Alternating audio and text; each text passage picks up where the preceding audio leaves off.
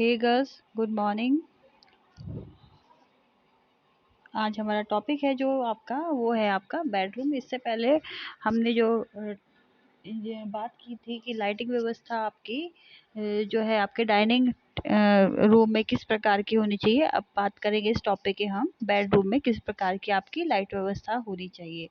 तो बच्चों के शयन कक्ष, किशोर, बड़े व्यक्तियों और मुख्य शयन कक्ष सभी में भिन्न प्रकार की जो है आपके प्रकाश की व्यवस्था की आवश्यकता होती है। बस चाहे बड़ों का रूम हो चाहे वो बच्चों का रूम हो, सब में अलग अलग तरीके की लाइट की व्यवस्था की आवश्यकता होती है। बच्चों के कमरे में जो है दीवार के अंदर की बिल्ट इन प्रकाश व्यवस्था करनी चाहिए। मतलब जो बच्चे होते हैं उनके जो रूम्स होते हैं उसमें जो है दीवार के अंदर मतलब जो सीलिंग वाली आपकी लाइट्स रहती है या अंडरग्राउंड लाइट्स जो फिटिंग होती है वो रहनी चाहिए, क्योंकि अगर आप ओपन रखेंगे तो बच्चों को करंट लगने का भी डर रहेगा और बच्चों को पता नहीं होता है कि कहाँ पे किस प्लग में वो कभी-कभी ऐसे होता है कि वो अपना उँगली दे देते हैं, उन्हें नहीं समझ में आता है, या फिर छोटे ज़्यादा बच्चे होते हैं तो वो भी जो है बोर्ड में अपनी उँगली देने की कोशिश कर दें तो उससे उन्हें करंट लग सकता है। तो बच्चों की जो लाइट की व्यवस्था होनी चाहिए उनके रूम में वो आपकी जो है अंडरग्राउंड होनी चाहिए। बच्चों के कमरों की दीवार की बिल्ट व्यवस्था करनी चाहिए जो कि दुर्घटना रहित होती है और सामान्य प्रकाश व क्रियाओं हेतु प्रकाश प्रदान है। शयन कक्ष में सामान्य प्रकाश व्यवस्था हेतु केंद्रीय बल्ब या ट्यूब लाइट होना चाहिए जो पूरे कमरे में रोशनी प्रदान करे। मीन्स गर्ल्स, जो आपकी अंडरग्राउंड लाइट फिटिंग रहती है उससे किसी प्रकार की दुर्घटना होने का चांसेस नहीं रहता है। और जो आपकी मतलब शयन कक्ष में जो भी प्रकाश है होना चाहिए वो लाइट का या तो एक बल्ब उसमें ऐसा होना चाहिए केंद्रीय यानी सेंटर लाइट का, जो कि वो आपकी पूरे कमरे की जो है रोशनी एक समान दे, एक बराबर दे, या फिर ट्यूबलाइट की व्यवस्था होनी चाहिए जिससे कि पूरा रूम उस हमारा प्रकाशित हो सके।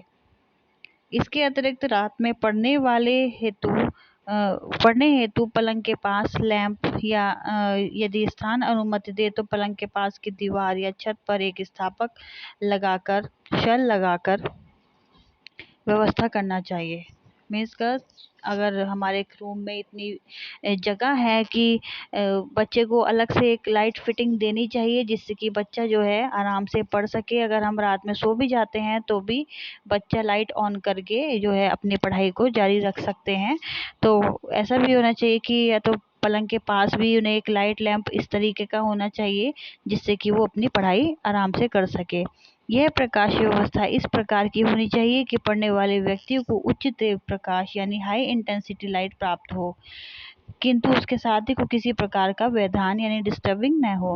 मीन्स जो लाइट होती है आपकी लाइट लैंप वाली वो इस तरीके की होनी चाहिए जो बच्चा पढ़ रहा है उसको तो पूरा प्रकाश मिले, लेकिन जो उसका साथी है या हमारे रूम में अगर कोई दूसरा व्यक्ति सो रहा है तो वो लाइट उसकी आंखों में ना लगे जिससे कि उसे सोने में डिस्टर्बेंस ना हो। यदि बाकी का कमरा अंधेरा हो तो केवल लैंप जलाने से चकाचौंध उत्पन्न होती है।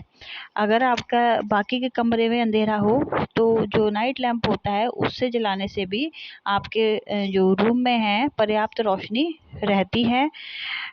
अतः बाकी के कमरे में धीमे प्रकाश की व्यवस्था होनी चाहिए और जो बाकी का कमरा है उसमें लो लाइट का यानी कम लाइट 0 वाट का बल्ब होता है उसकी व्यवस्था होनी चाहिए।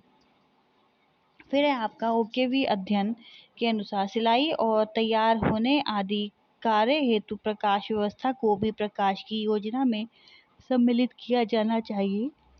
यानी जो अध्ययन के साथ साथ आपकी सिलाई हो गई और जो अगर हम तैयार होते हैं कोई मेकअप के लिए तैयार हो रहे हैं किसी चीज़ के लिए तो तभी उस चीज़ की व्यवस्था के लिए जो है उचित लाइट की व्यवस्था होनी चाहिए।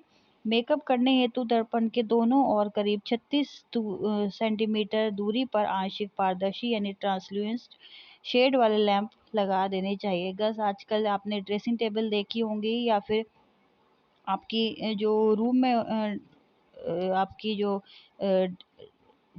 आपकी जो ड्रेसिंग रहती है तो उसमें आजकल क्या है कि लाइट की व्यवस्था बहुत ज़्यादा चल रही है, जिससे कि क्या होता है, जो तैयार होने वाला पर्सन है या मेकअप करने वाला पर्सन है, वो इजीली मेकअप कर सकता है। उसे बाहर का प्रकाश की ज़रूरत नहीं होती है, क्योंकि मेकअप करने के लिए हमें एक सुइटेबल प्रकाश की व्यवस्था हमें चाहिए होती है। शेड का केंद्र चेहरे को ऊंचाई पर होना चाहिए। जो शेड का केंद्र है वो हमारे चेहरे की ऊंचाई पर होना चाहिए, मतलब हमारे चेहरे पर पड़ना चाहिए। दर्पण के साइड में और ऊपर की पट्टियों पर भी प्रकाश स्ट्रिप लाइटनिंग व्यवस्था की जा सकती है। जो आपका दर्पण है यानी शीशा है, उसमें साइड में भी लैंप की लाइट की व्यवस्था की जा सकती है। और आपके जो प्रकाश